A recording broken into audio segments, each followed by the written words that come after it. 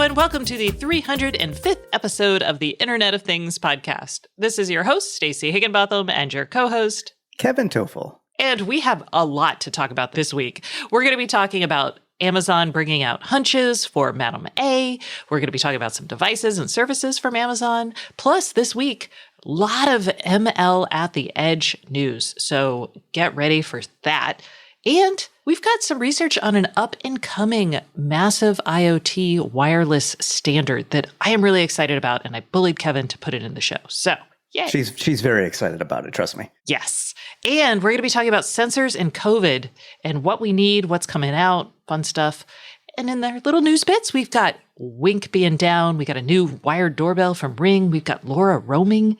HomePod gets its ultra-wideband handoff, and Kevin's going to walk us through security features we need to look for before buying smart home products in the wake of that ADT story, which is chilling. All right. And as if all that weren't enough, y'all are going to hear from our sponsor, TerraCode, and then our guest, Arch Rao, who is the CEO and founder of Span. Span just raised $20 million for its new take on the electrical panel, and we're going to be talking about how to make the electrical grid smart, what it's going to take, and wow, a lot of stuff. This is going to be a great show. Y'all are going to be happy you tuned in, but first, let's hear from our sponsor. This week's sponsor is TechMeme. When the New Yorker magazine asked Mark Zuckerberg how he gets his news, he said the one source he definitely follows is TechMeme. So for nearly 3 years and 800 episodes, the TechMeme Ride Home podcast has been Silicon Valley's favorite news podcast. Ride Home is a daily podcast. It's only 15 or 20 minutes long, and it's out every day by 5 p.m. Eastern. What you get is all the latest news of the day and context. Sometimes you might even hear from Kevin and Stacey in there. Well, not hear from us, but our stories. If you are interested in getting a quick update on all the tech news of the day, please search your podcast app now for the Ride Home and subscribe to the TechMeme Ride Home podcast.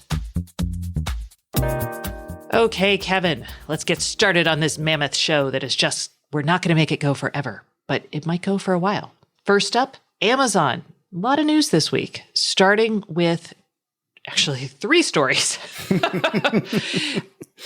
The first and most important one was that it announced that the Madam A Hunches, and remember Madam A is what we call Amazon's digital assistant, so as not to set them off for all of you.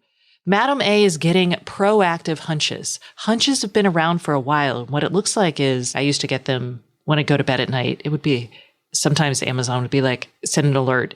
It would say, I noticed that your door lock isn't locked, and you usually lock it. Would you like me to lock it? And then I would say, yes, thank you.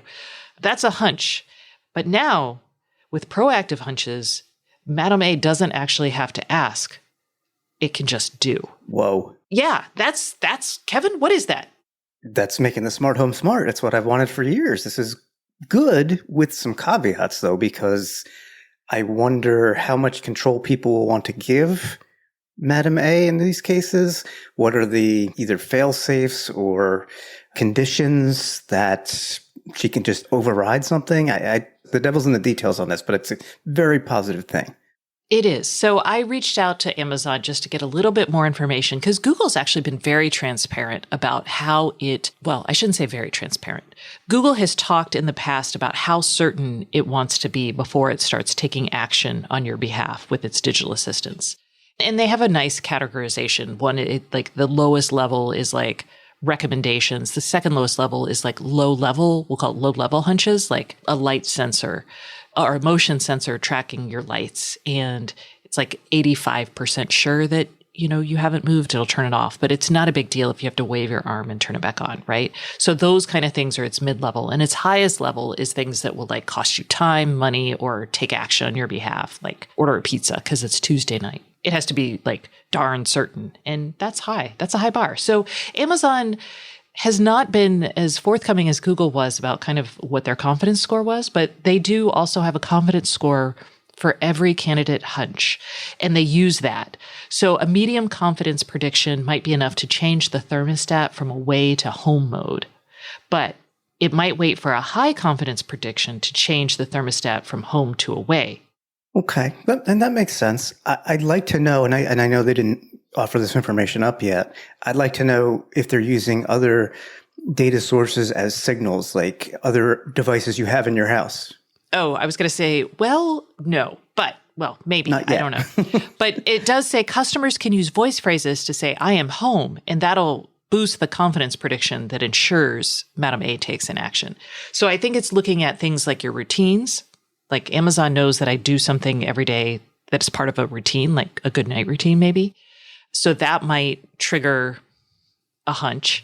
And then also, this is nice. Amazon will actually dim the lights before turning them off. So you get like, much like with the motion sensor, right? It goes down and then you're like, oh no, wave my arm. Right. So then you can go to Hunches and say, oh, no. Right. And you can set what devices you want the Hunches to control in the app. Okay, that's actually very good because it's not an all-in kind of experience. You can kind of test the waters with certain, I'll say, low priority devices that aren't going to cost you money. Like if a pizza just showed up because it's Tuesday night and we're sitting down eating something else already, I would not be happy. But if a light starts dimming, if I've just tried it in one room and I can test that hunch or make it smarter or stop it from doing what it's going to do, then that's a good thing. Yes. And to be clear, there are no pizza Hunches yet. I do. I like my pizza. That's happening. You can try this. I actually have enabled Hunches, so I've had them. I went in to do the proactive Hunches. Unfortunately, between the launch and talking about it now, I've had no automated Hunches. But, next week, I'm sure something will happen. It's also hard because, who leaves their house right now? Yeah. I'd be very curious on your experience with it once it starts kicking in. This is the kind of technology and application of, I'll say, AI, ML in the smart home that I would actually consider switching over from one ecosystem to the other for. Earlier this year, I said the two most exciting things I think happening in IoT this year so far, well, three if we count Chip, is Amazon's Hunches and the Sidewalk Network. So Amazon's doing great stuff. It's just, I know you're not really there. Okay, moving right along. Amazon also announced Guard Plus. This is Amazon's Madam A Guard service is a free service that listens for like glass breaking and things like that and sends you an alert. Guard Plus is going to be a little bit more proactive.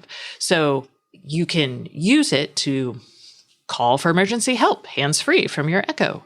It'll also let you know, like as in Guard, the glass break and smoke alarm sounds, but it will also let you know of activity sounds. And then it also gives you like a dog barking sound. Yes. When there's motion outside, yes, to kind of scare a potential burglar away. Mm-hmm. Now, the activity sounds are really interesting. As a parent, I saw like it'll say like there's motion happening at this Echo, like in the depths of night, right? Mm-hmm. And I was thinking about something like if my daughter, who is a teenager now, was trying to sneak out, could Guard Plus say unusual activity detected on Anna's Echo? Because she has an Echo in her room. And I think as a parent, that would be kind of fun. It probably would. And when you get that alert, the notification, you can actually play back what the speaker heard, or you can drop in for live audio. So, if you can detect by listening to it that it's your daughter, everything's okay. Maybe she's sneaking out. Or maybe she's just getting a glass of water. You don't know. But at least you may get an indication of, is it somebody who shouldn't be here or not? Right. Or maybe her boyfriend's sneaking in. Ah! Okay. None of these are issues. Okay. So Guard Plus is going to be $4.99 a year. I've been thinking about this. I am paying Amazon. I'm a Prime member. So I don't know how much that is right now. It's more than $90, I believe. $119. I'm also paying for Kindle Unlimited because I read a lot. So that's like $9.99. I'm paying for my Halo Band. Not yet, but I will. And that's like $3.99. I've got my Eero subscription. I don't have a Ring subscription, but one could. And now we're looking at the Guard subscription. And I'm like, holy cow, I'm actually paying Amazon quite a chunk of change each month.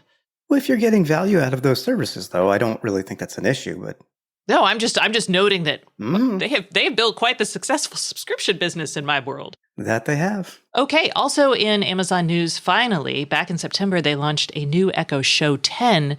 The big killer feature of that was that it will revolve, like the actual Echo screen and everything will revolve around the base. So it will follow you around the house, kind of like the Portal. And that is now going to be We're available for pre-order, and it will ship February 25th. It's $249.99, and it comes in charcoal or glacier white.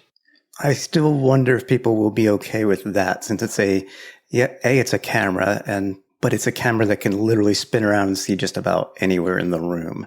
I'm not as concerned because it has a privacy guard feature. So you can physically cover the camera, and then you can also push a button, and it does what Amazon calls the electronic disconnect for both the mic and the camera, right? It does actually. And you can disable motion at any time to keep it stationary so it doesn't rove around. Oh, so it doesn't follow you. Yeah. So it seems like they put some thought into that. They should. That could be very creepy. And we'll talk more about that later. Ooh, foreshadowing. Okay. Let's talk about TinyML. That's machine learning for the edge. Specifically, we're going to be talking, when I talk about TinyML, we're talking about machine learning on microcontrollers. So that is like tiny not Cortex, the M-class ARM chips. So, and some of them can be pretty beefy. Edge Impulse is an easy way to put machine learning models onto chips. And the deal with Silicon Labs means that it will be able to run the models you build with Edge Impulse, or that you run through Edge Impulse's compiler, onto Slabs chips. And they're 32-bit chips, and even some of their smaller ones. Some of these are limited to like 4K of memory. I mean, they go up to 2 gig, but I'm sorry, 2 meg. 2 meg. So these are, you're right, low power, yeah. Low power. They're not stupid. They're smart. But yeah, low power. These are for battery-defined applications. And then last week, Edge Impulse also did a deal with Nordic to put it on their Bluetooth boards. And so now you can buy a Bluetooth board with a microcontroller on it that is capable of pulling in models that you've built or run through Edge Impulse. What's exciting here, and why we're so excited about this, is because then you can have small machine learning models running on battery-powered devices, and not like super-powered ones like your phone, but like you could have a sensor, like a Bluetooth sensor that works on your lamp. So you stick this in a lamp, and suddenly you could have like a wake word detection on it. And so you could actually have, say, lamp on, and that could work, right? And so I'm really excited about this. And that's kind of a lame example. You can also do things like sensors that do people tracking. You could have a low power video doorbell that tracks when packages are left off. I mean, the opportunities here are really endless. Yeah, and we've talked, I believe, 1 or 2 shows ago about like energy harvesting solutions. And when you pair something like that with Silicon Labs and Edge Impulse machine at the edge on really small chips on battery power, now you can actually have that kind of learning model capability on battery power. Exactly. And we're not done yet. We are also excited to tell you that Qualcomm has released an AI model efficiency toolkit that is going to help you reduce your models. So when you're training a machine learning model, you might train it to be super big. You might not. There's actually opportunities out there to make it smaller. But you can make it even smaller using what we're talking about here with Qualcomm. And this is their AI model efficiency toolkit that they've announced that will bring it down to, are you ready for this? Accurate 8-bit quantization. That means inference on 8-bit silicon, which is crazy tiny. Yeah. For the comp sci people out there, the current models typically use like floating point 32-bit data. These use integer, which takes up far less space, integer at the 8-bit level. And yet Qualcomm says that the 8-bit model is approximately 72% accurate, as is the floating point 32 model. It's literally the same accuracy. So what's happening? There's a couple things happening here. You can either build your model and shrink it down. And we're seeing a lot of people, they've tried doing that. What's now happening is people are building slightly smaller models and then shrinking it down. And then there's also a bunch of startups coming in and being like, hey, we'll help you build a small model in the first place. And then again, you're still going to have to shrink it down for like running on an 8-bit chip. I mean, ridiculous. But this is very exciting. And like, I know we talked about the trends I'm looking for in the smart home. This is what I'm looking for in like macro tech. And if you're excited about this, stay tuned because at the end of March, there's going to be a tiny ML conference that is just going to be, it's going to blow your minds, y'all. Okay. You know what this, you know what, and you can tell me if I'm wrong, but what this means in conjunction with the prior bit that we just talked about, you might be able to get more accurate models on these smaller microprocessors. Oh, yeah. And like if you look at something like Guard Plus, you don't have to have like a full computer doing that like Madam A. You could just have your Windows sensor do it. Exactly. Anyway, so I'm very excited. I know y'all can tell. I'm going to stop talking about how excited I am. Oh, no, I'm not. Oh my gosh. I thought you were going to skip this one. Oh, darn it. Go ahead. Oh, you were excited about it too. I am actually. I'm kidding. This is actually very, very cool. There is a new radio standard out there, y'all, for low power, wide area networks. I know. And if you're one of our smart home listeners who only listens for like news on light bulbs, I'm really sorry. But this is really cool too. This is a new connectivity standard called DECT, DECT 2020 New Radio. Yes, these are terrible names, but this is standardized by ETSI, the European Telecommunications Standard Institute. And what it is, it's actually the RF that a company called Wirepass uses, and then they threw it out into the open for a standard. It is exciting because it vastly outperforms things like NB-IoT or LTE-M, and even things like Bluetooth, Mesh, and maybe even LoRa. And what it does is it allows you to scale out these RF networks by a lot. And it's high node densities, like Bluetooth Mesh used to have a node density of like 50. When I talked to Wirepass about this, they had someone using 700,000 radios in their deployment. They had a 1,500 radios deployment in a cubic meter space. That is a lot of radios in a very tiny amount of space. And they were... You're not doing that with Bluetooth or anything else right now. Or anything. So this is highly scalable. It can talk directly to the internet, although people do use a gateway because it's usually more secure. It gives people more control. This is not something, a lot. If you're doing a lot of this, it's probably in an industrial setting. That's where they're putting it most often now. So, and distance. How far can it go, Kevin? Up to 5 kilometers or 3.1 miles. That's crazy. So you could stick this all sorts of places. And historically, this was Wirepass that, had built these radios, but now it's a standard. So we can all do it. Well, not all of us. So I would love to hear, and this is probably more for the Silicon folks, but if this sounds interesting to you as a customer or potential user, you should call your chip suppliers and be like, hey, tell me more about this. Because by golly, I think this is what IoT really needs if we're ever going to get to that like trillion sensors. So anyway, that's me being excited about RF because that's what I do. Oh, and by the way, this could be used at 1.7 to 2.1 gigahertz spectrum and up to 6 gigahertz spectrum. So there's a lot of bandwidth there, or there's a lot of airwaves there that can be jammed with bits. Yay! All right, moving right along. Oh, sensors and COVID. So I've been, again, you know me, I'm excited about sensors because that's what gets you all of the information into the IoT. And I've been thinking a lot about COVID sensors, and I saw that a company called Swift Sensors just launched a sub-zero temperature sensor. They launched 2. One is much colder than the other for a cold chain package for companies who want to make sure that their COVID vaccine stays cold enough. And that's cool, right? But then I also saw a really cool story in MedGadget, which is this great publication I read all the time about new things happening in medicine and at the intersection of medicine and digital tech.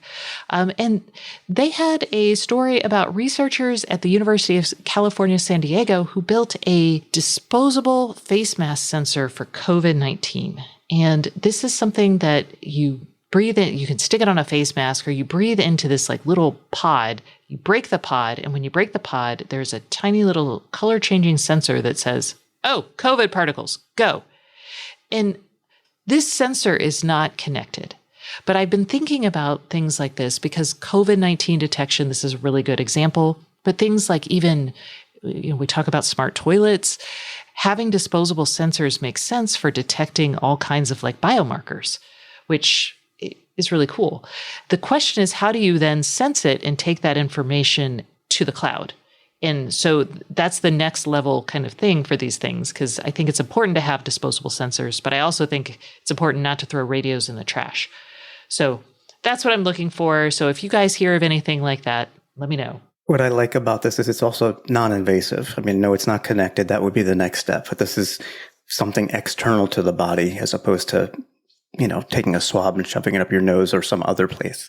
Yeah, and you could take the results. If you had like one of these sensors, then if you could display it somewhere prominent, then you could have a camera look at it, I guess. I don't know. And along those same lines with sensors and showing information, showing data, I saw an interesting story over at phys.org, which is phys.org. This is a biodegradable printed display. And it ties in because I don't like e-waste either, throwing sensors away, throwing displays away, throwing whatever electronics away. So this is kind of, I guess I would say a proof of concept. It's been produced. Scientists at the Karlsruhe Institute of Technology have created this. It's biodegradable, compostable. It has inkjet technology. And basically, it's a small gelatinous display. You could wear it. You could put it on a product. Maybe it's your COVID indicator for the item that we just saw. Maybe it's something that you wear connected to a sensor that keeps your temperature on your arm all the time. Whatever it might be. They haven't actually said what they might use it for, but the fact that we can create a useful display that shows some key information and then just have that biodegrade in the future, I think is awesome. Yay! All right. Hey, here's a company we haven't talked about in a while. We only talk about them when there are bad things, I think. Yeah. Okay. So Wink, actually, I just got a notice. This is Wednesday morning we recorded it. Wink's been down for 2 days. Now it should be back up, or they have identified the issue as of us recording the show. But Wink, the smart home hub from the early days, 2013 days of the smart home, they were down for 2 days this week. And I don't know what to say. I mean, that's not horribly... I mean, the last time they were down for this long was probably a couple months ago, but people do pay $5 a month, $4.99 a month for this. Which is a change. That happened last year when Wink used to be, you would just use it. It was free. You bought the hardware and that was it.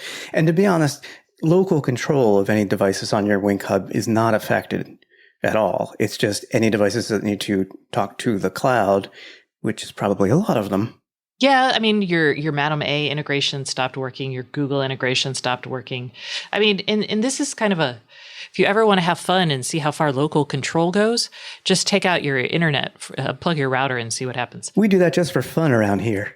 There you go. Okay, so not a lot to say here. I'm going to say this. I had kept on with my Wink subscription because I was trying to be, good and pay attention to it. I'm done. I'm no longer running anything on Wink. I wasn't running anything important, but I'm done. I think that's fair. You stayed longer than I did. As soon as they went, actually, even before they went to the subscription, I decided to switch over. Sorry, Wink. All right. Oh, new gear, Kevin. Yes, kind of Amazon related as well, because Ring has a new video doorbell just announced. It's a little smaller than the current Ring doorbell, which currently costs, I believe, $200 for the Ring video doorbell. This one, and I wonder why, this one is $60. Maybe are you wondering why's?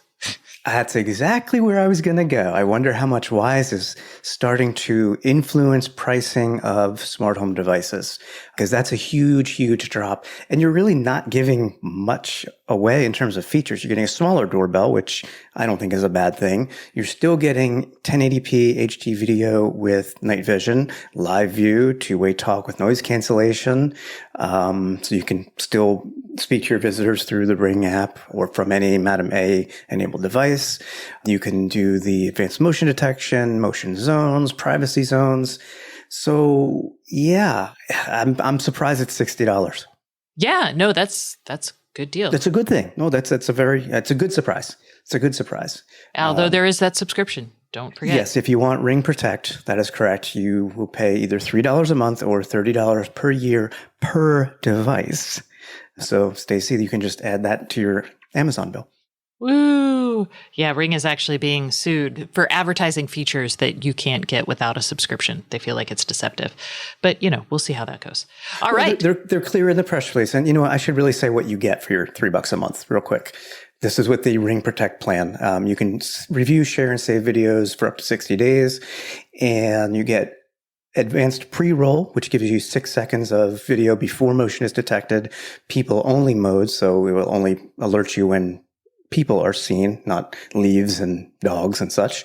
Richer notifications, so you get a still image from the camera as a preview, and snapshot capture, which will take pictures at various intervals throughout the day, so you can just see what happened whenever you'd like, I guess. When something happens. Okay. Other news.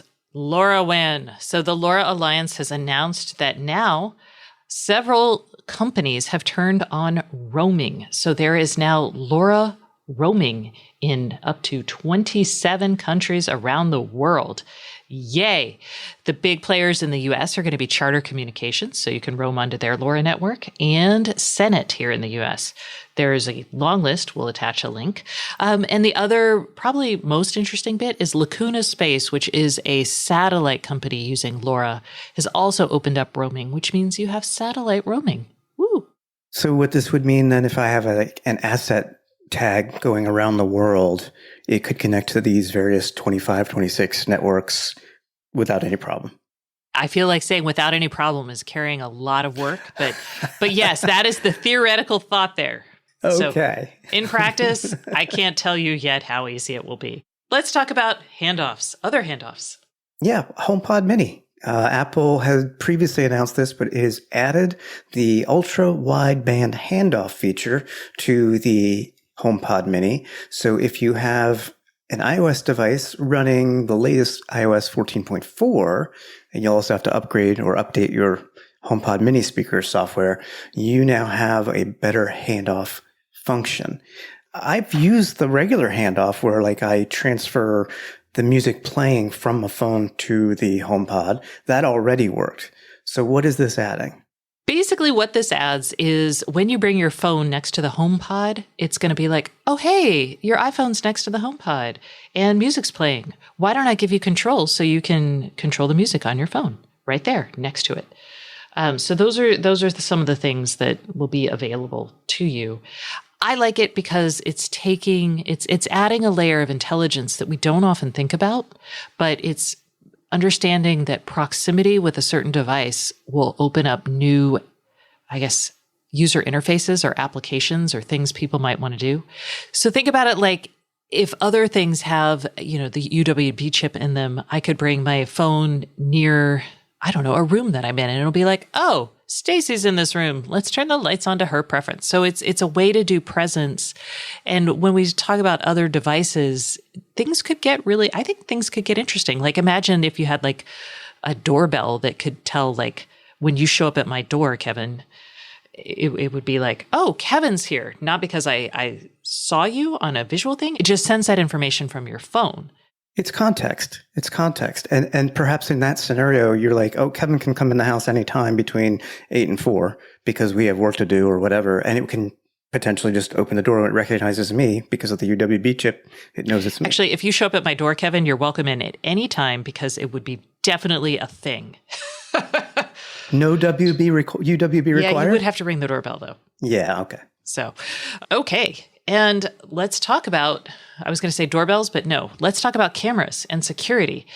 Because Kevin, you wrote this week in response to an ADT employee, and this happened a while back, like last year and prior years. And this was actually discovered last year and sent to prosecutors in Dallas, believe it or not. There was an ADT employee who, I hate even saying this. I'll say it. I mean, basically, he added himself to ADT customer accounts and was looking in on security cameras on those accounts, watching the private and intimate moments of people, nearly 10,000 times over 5 years. Yeah, he would meet people, and if he thought a woman was attractive, he'd add his email address to their account. He'd either say something like, I need to do this for testing purposes, and then just not ever change it, or he'd just go back in later and do it, which is disgusting and violating and upsetting. Yes. Okay. Yes. So yes. Knowing all this, Kevin has said, hey, y'all, let's put together a list of things you should look for when you buy a smart home device, because ADT really dropped the ball here. They did. Now, this person no longer works there. He's a former employee, I mean, obviously terminated, and as you said, lawsuits. But this list has about 4 or 5 items that we should be thinking about before we buy or bring a new device, a new connected device into our home. And we've talked about all these probably many times in the past, but we've lumped them all together in a blog post. I'll just cover them real quick. 2-factor authentication. If you're buying a device and the software to manage the account for that device does not support 2-factor authentication, I would look for another device. 2-factor authentication is that second bit of protection so that if somebody were to steal the credentials, your ID and your password, say for your Nest account or your Ring account, they could actually log in just like this ADT person did and add themselves to the account without you knowing. But with 2-factor authentication, they couldn't do that because the 2FA requires a second piece of information that you can get from an authentication app like Authy, Google Authenticator, Microsoft Authenticator. It's an ever-changing code. Some device makers use SMS and text messaging. That's better than nothing for 2FA, but I would look for those who work with a third-party authentication app. Secondly, people didn't know that this ADT employee was looking in on them when they could have been told in advance or at the time that he added himself to the account with a notification.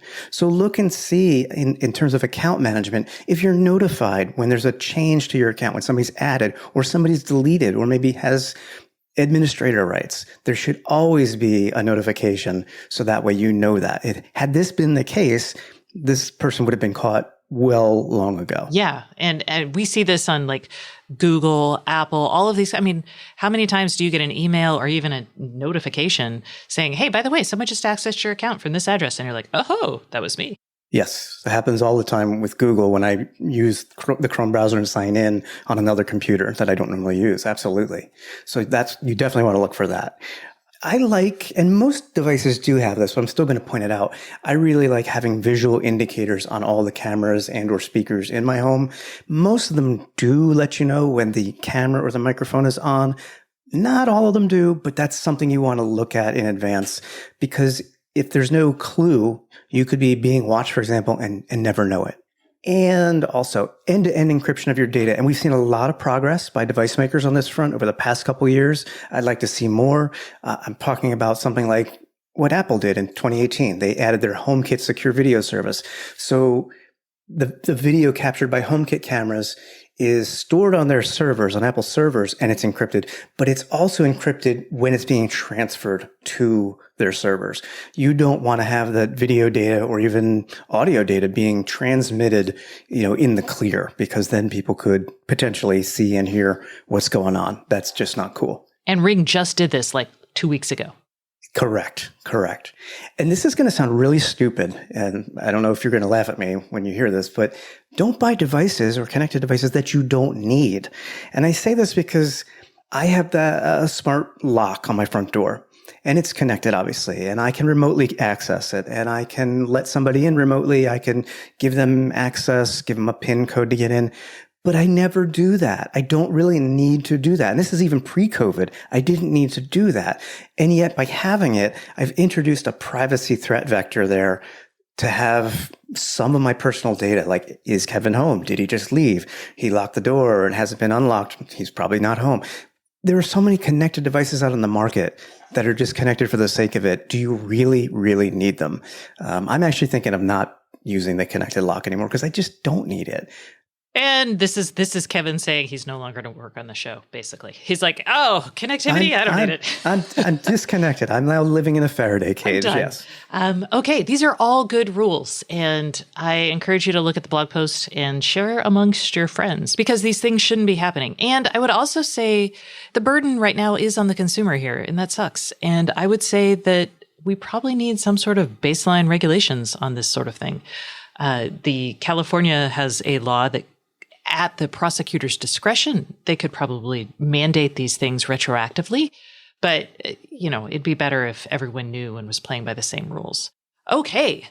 Now it is time for the Internet of Things podcast hotline, where we take your questions. And if you call us, you'll be registered to win a smart speaker of your choice. The podcast is sponsored by Very. Very is a fully distributed IoT engineering firm helping you get your biggest projects fully operational, on time, and on budget. You can discover more about Very's multidisciplinary teams and what they can do at www.verypossible.com. And if you would like to call us and be entered to win, or just ask us a question, it's actually and just ask us a question, we're at 512-623-7424. And this week's question is a really good one. Let's hear it. Hi, Stacy and Kevin. Thank you so much for your podcast episode this week. I'm a high school senior, and I'm trying to spend the second semester learning everything I can about IoT. So your podcast has been super helpful. I was wondering if there were any resources or advice that you have about really being able to dig my fingers into IoT. I've started with simple projects at home, but after talking to some people, they say that, online courses don't really do anything, and you guys are experts, so I'd love to get any advice. Thank you so much. Oh, I so love this question because I've been tinkering around with IoT things mostly on my own for a couple of years now. And for the past 2.5 years, I've been taking computer science classes at my local community college. I have learned a couple things that may help here, and then I have some resources for you. First of all, I wouldn't be too down about online classes and videos. I would say half of my learning has come in the classroom, but the other half has been taking what I've learned in the classroom, researching further, and finding either YouTube videos or edX courses or Udemy courses, and expanding that knowledge. More importantly, though, what that has done, it's allowed me to at least try some projects on my own and even expand those projects just by kicking tires or trying different things. So don't be down on the online classes. And no matter what, the best way to learn about this stuff is actually get your hands dirty and do it. So maybe buy an Arduino board or a Raspberry Pi, and using one of those, we've got 4 or 5 resources we can point you to. So we'll have links in the show notes. But just for example, Twilio has several quick start projects for communications. There's an image recognition project that we found on the Raspberry Pi site. So you could create a little smart camera that identifies people, dogs, plants, whatever you might want. The Arduino site has plenty of projects, IoT projects. We found a bunch on Hackster.io. There's an IoT doorbell you can create with an Arduino. There's just so many good projects out there by these companies. Obviously, they're trying to promote their services and their products, whether it's hardware or services or software, but still they make it very accessible. It's inexpensive to buy these bits of hardware, and you can definitely learn a lot. The best way I'd say, just start putting things together. Find a problem you want to solve and create a little device that solves it. Yeah, take the Nike challenge and just do it. Yes. And then I also wanted to mention a couple podcasts. Twilio actually has a maker-oriented podcast called Build and Deploy. And then a friend of mine, I've actually had her on the show, has a podcast for electrical engineering and making called Embedded FM. And then another one I like for makers, it's super nerdy, but maybe you'll go for this, is called The Amp Hour. So all of those are really good. It sounds like you like podcasts because you listen to ours. So those are some good options out there. And as someone who reads but doesn't do, I second Kevin's do it. Just do it. Every time I don't do coding projects. I do the installations and wiring projects. And you learn so much more by getting your hands dirty. Absolutely. And your fingernails broken. I'm looking at, I was wrestling 12 gauge wire last night and I'm like, oh. So, okay. Well, that concludes this week's show. A lot of really, I think, exciting news in the tech front. And stay tuned because we have Arch Rao, the CEO and founder of Span. Span is making a smart electrical panel that is really could change the game in terms of the way we think about the grid and how our homes use power. And I think it's very forward looking. He's a former engineer at Tesla. Span just raised $20 million from investors that include Amazon's Madam A fund. So stay tuned. This is good stuff.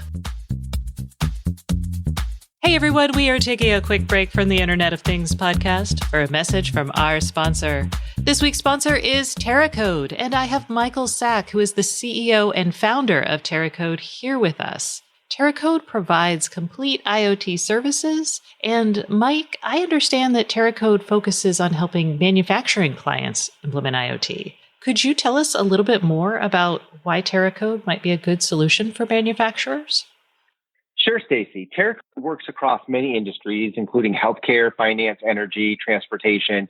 But we've definitely found that we can really help manufacturers. And I would say it's our sweet spot. Often it's because they have the least amount of IoT infrastructure in place, and they struggle with the ROI of investing in IoT. We help them make IoT a profitable venture. Wow, that's great. So can you tell me a little bit more about how you can help manufacturers implement IoT with a positive ROI? Well, I think the fact that we do end-to-end IoT services means that a manufacturing client can work with just one vendor instead of 4 or 5, and that saves time and money right off the bat. Second, we're very much technology agnostic. So we are in search of the best solution at the best cost for our customers. That's paramount for us. And third, we're big believers that the data we collect from IoT has to be used to drive the ROI. In fact, we find that doing something meaningful with the data is the real differentiator. Predicting a device is going to fail before it fails, predicting something's going to break, predicting that a consumable is going to run out. Interruption to business is the most expensive thing. When we can solve that problem, we help our manufacturing clients see ROI. Excellent. Okay, so can you share some examples of how data can drive ROI? Sure. So one of our clients is the largest manufacturer of commercial washroom dispensers. You know them, the paper towel, tissue paper, and soap dispensers you see inside airport bathrooms or office buildings. Things we all need in the age of COVID to stay safe. Well, we connected these machines and tracked the usage of the consumables. Our predictive models allow us to time the refills to minimize the waste, saving our customers thousands of dollars. And in aggregate, if you look across their base of customers, hundreds of thousands of dollars. That's great. So, Mike, where can I go to learn more about how TerraCode can help manufacturers and other industries with IoT? Stacy, we'd love to help your audience learn more about IoT and how it can be used by their businesses to be successful and to see a positive ROI. If you go to terracode.com/Stacy on IoT, that's TerraCode.com/Stacy on IoT. You'll see that we're offering a free IoT audit. Sign up for it and we'll be in touch to talk IoT.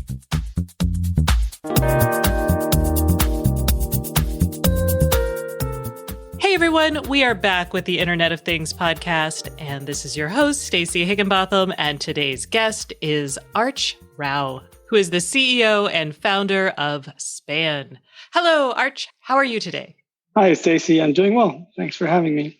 We are talking about an area that is near and dear to my heart, which is electrification. And we've talked about what it's going to be like when you have the things in your home able to talk back to the grid. And there can be this back and forth, kind of like there is on the internet. And Span actually plays really well into this. So let us know what Span is. Absolutely. Span is the reinvented home electrical panel. Every home in the world has an electrical panel, and that panel powers every device in your home. Unfortunately, that device is over 75 years due for a reinvention or a redo, and it's mostly an analog device. It's an opportunity for us to connect every device in your home with a smart panel, but also enable the faster adoption of distributed clean energy like solar and batteries and electric vehicles. Okay, that's a tall order for a tiny little electrical panel, or maybe it's big. So yeah, it's not so tiny. It takes the place of the traditional panel that often powers on the order of 30 to 40 circuits in your home. But what's different is not so much the size, but what's in it. And we have enabled our panel with a host of sensors and actuators, and most importantly, a compute platform that allows us to make the panel smart. Okay, this is not completely new. The idea of making your electrical panels smart is not completely new. We've seen a couple devices. I've actually tested a couple in my prior homes that let me say, oh, you would attach a device to your breaker box and it would say, okay, this is a refrigerator. And you would get like little bits of information like, hey, your fridge is consuming this much electricity. And you would look at that and you would say, what am I supposed to do with this? So I kind of gave up on that because it felt like it was interesting information, but it wasn't super actionable. And I would love to hear kind of how you're taking this from the first gen to maybe the next gen level. That's spot on, Stacey. I think the word smart or a prefix smart has been often used in an incorrect way. In my mind, monitoring without controls is not valuable, and controls without embedded intelligence is not scalable. So much of what we've seen in the market to date have been devices that can monitor, devices that can be retrofitted to an existing panel and try to tell you how much energy a particular appliance is consuming. That inherently doesn't give you any action. Whereas with our panel, not only can you control circuits and certain appliances, you'll be able to automate what set of appliances are turned on or off based on a different set of conditions that matter most to you, be it economic, be it a need to consume as much of your solar energy as possible, or be able to control loads in your home when you are inadvertently in an outage. Which is actually much, much more common nowadays in certain areas of the country. I know I was without power recently for 24 hours. I know anybody who lives in California has been without power. They get a little warning, but still. So there is definitely interest in better managing our electrical loads. But let's talk about why this is so important now from a big picture perspective. There's obviously uncertainty around power consumptions, but there's also with climate change a drive towards further electrification. So I'd like to get the macro, why you're doing this. That's right. It's true. There are more outage events on the US grid now than there were before. And that's certainly a driver from a safety and security standpoint that homes are adopting batteries and products like SPAN. But the macro trend is much more relevant for us to pay attention to. The last decade was undeniably about adoption of solar. Distributed solar panels being put on your rooftop powering your homes has become increasingly commonplace now. The last half a decade, we saw a rapid adoption of electric vehicles, or the electrification of transportation is well on its way as we speak right now. I strongly believe that the upcoming decade is going to be about cutting that final cord to natural gas supply into your home. I'm moving away from fossil fuel powering appliances in your home to fully electric appliances, be it for your heat pump, for air conditioning and cooling, be it your electric water heater, and of course, induction cooktops and electric vehicles. And we're actually starting to see this already. I know that in Washington State, a couple areas have actually said, hey, you're no longer allowed to build and put gas into new homes, which is actually kind of causing a lot of problems. One, people like their gas stoves. And two, people up here really love the propane fireplaces. But it's slowly but surely happening. So I agree with you. Now, let's talk about what SPAN requires, because this is not a small proposition. As a homeowner, what do I need to do, and how much would I be looking to spend if I were going to be doing this? It's actually a simpler solution than most people think it is. And the trigger for updating your electrical panel happens more often than we think it does. With the increased adoption of solar or electric vehicles or the subset of electric appliances we described, the traditional panel very quickly becomes under capacity. So either you don't have enough service capacity coming in from the utility, or you don't have enough physical space in your panel to be able to feed the different appliances that you're powering with electricity now. So we're able to solve that by giving you a 21st century alternative to just a larger gray sheet metal box. And with our panel, you are able to use it as the device that the utility power lands into, and also the multiplexing device that all of your AC and DC appliances connected to. So let's level set for people, because I bet most people don't have a great understanding of their electrical system in their home. Let's take various different eras. So we'll start with the easiest. If I am doing a new build, how much electricity is actually coming into my homes? What am I generally expected to have capacity for? Yep, that's a good question. So most new builds, let's maybe simplify the problem statement by calling it single family homes, have a grid feed-in that's on the order of 125 amps to 200 amps. That roughly gives you on the order of 5 to 10 kilowatts of instantaneous power that you can draw from the grid. Anything more than that ends up requiring an upgrade to your service, which means you have to upgrade the wires or the conductors coming from the street to your home to perhaps 400 amps. And that's a very expensive proposition. With our panel, a 200 amp service is sufficient to manage multiple loads because we're able to control which loads are turned on when, or we're able to orchestrate how this power is being diverted or flown through to your home. The inevitable future, in my mind, is homeowners having electric vehicle charging, electric appliances, and the traditional large appliances like your air conditioning system, your electric dryers, if you will. And these combined will easily exceed the 200 amps of capacity required by a panel. And that's where the SPAN panel comes in. Instead of upgrading your home with a traditional non-digital, non-smart electrical conducting device, we now have a smart panel that allows you to monitor and control everything. Got it. So I may have the same 200 amps coming in, but now I can be like, okay, don't charge the car while the washing machine or while the dryer is running. Mm-hmm. Okay. So that's right. And the whole idea is also take the human out of the loop there and orchestrate that for you in a way that your everyday life is unimpacted. It's not just telling you, oh, shoot, we're going to have to turn off the power to your device. It lowers the rate of charge of your EV when your electric dryer comes on. It reduces the temperature at which your water heater is warming up your water in order to allow for an induction cooktop to be operating. And all of that is done behind the scenes, if you will. Got it. Okay. Now, that's great if you live in a new home. Let's talk about a lot of the existing home stock in the US. And, some of it is 50 years old. What are we looking at there, and how often does that get replaced? Yeah, 70% of single-family homes in the US have electrical panels that are either under capacity, which means they're on the order of 125 amps and cannot support new appliances, or, like you said, they're decades old and they're out of code. Fortunately for us, once every few years, the National Electric Code is upgraded to keep up with what is necessary for us to all operate in safe homes. And the electrical panel from 20, 30 years ago is no longer considered to meet code. So again, more often than you'd imagine, when you're doing any bit of remodeling in your home, the electrical system has to be upgraded to keep up with code. When you're getting a new EV charger, you often have to add a separate panel. When you add a battery, you almost definitely have to add a sub panel or a critical loads panel. This is very compelling, especially as someone who, like I said, without power and electric car and all sorts of things and an old house. But it also feels expensive. So you haven't yet told me about costs. Replacing an existing electrical panel with a new electrical panel is relatively inexpensive on material costs and heavy on labor costs. So typically it runs you on across the country on national average about $2,500 for materials plus labor. The SPAN electrical panel, including the labor, is roughly around twice that. So we're running about $5,000 for a SPAN panel plus installation combined. Needless to say, our panel is not just an electrical panel. It's not just a breaker box. It's a grid health monitoring and disconnect device. It's a metering device for the whole home, for your solar, for your battery, for every appliance in your home. It's a control device for every circuit and the major appliances in your home.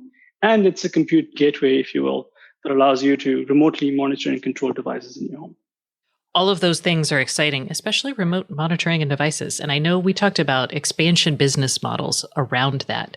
Before we go there, though, I want to talk about doing this at a broader level. You mentioned the National Electric Code, and I feel like attacking these problems with a solution aimed at consumers doesn't feel like it's enough. It feels kind of one-off, and it feels a little risky as a consumer to buy into something that, may or may not be around. Not trying to kill your company today, but it's a lot of money. So are y'all part of any efforts to change building codes and bring this into, multifamily? Every time I see a new apartment building or complex go up that is not smart and doesn't follow a lot of the best practices, I'm like, that is such a missed opportunity. Yeah, there's a longitudinal effort required to advance code to continue to accelerate the adoption of clean energy technologies and electrification of appliances. But there's a more near-term opportunity for us. And your observation is quite right. This is not just something that is going to be driven by consumers wanting more visibility and control in their home. We have to solve the operational side of the equation as well. So we are partnered with a large number of electrical contractors and solar providers today to bring this as a complete solution to the consumer. The consumers are attracted to the ease of use, the increased visibility and controls, but we have a whole ecosystem of partners that are ensuring that these are installed in a safe way and can be code compliant today and into the future.